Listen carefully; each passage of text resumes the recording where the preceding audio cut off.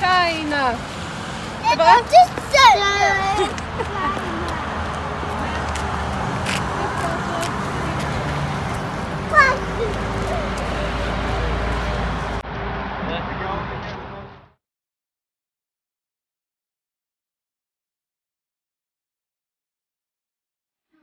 Freedom for Turkestan! Freedom for Uyghur! Freedom for Uyghur!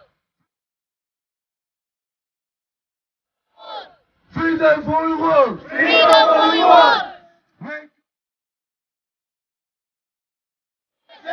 Wake up, USA! Wake up, USA!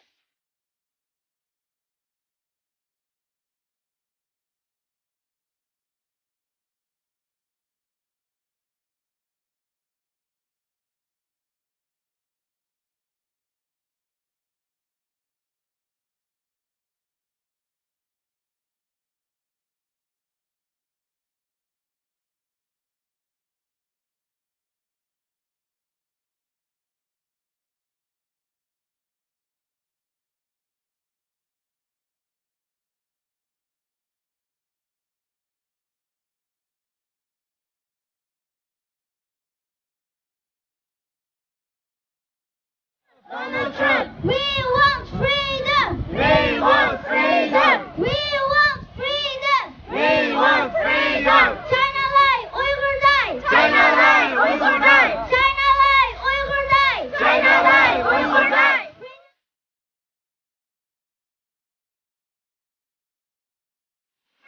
Freedom for Uyghur! Freedom for Uyghur! Freedom for Turkestan! Freedom for Turkestan! Pride for Uyghuren! Assalamualaikum hörmetli Şərqi Türkistanlıq ata-analar. Ertədəki namayışqa ballarını ilib kilanglar. Biz yalnız qalmaylı. Həmmimizdən vətənimiz üçün fəxrəyli. Vətənimizdəki ballarını Xitay zulmüdən qutquzaylı. Rəhmət.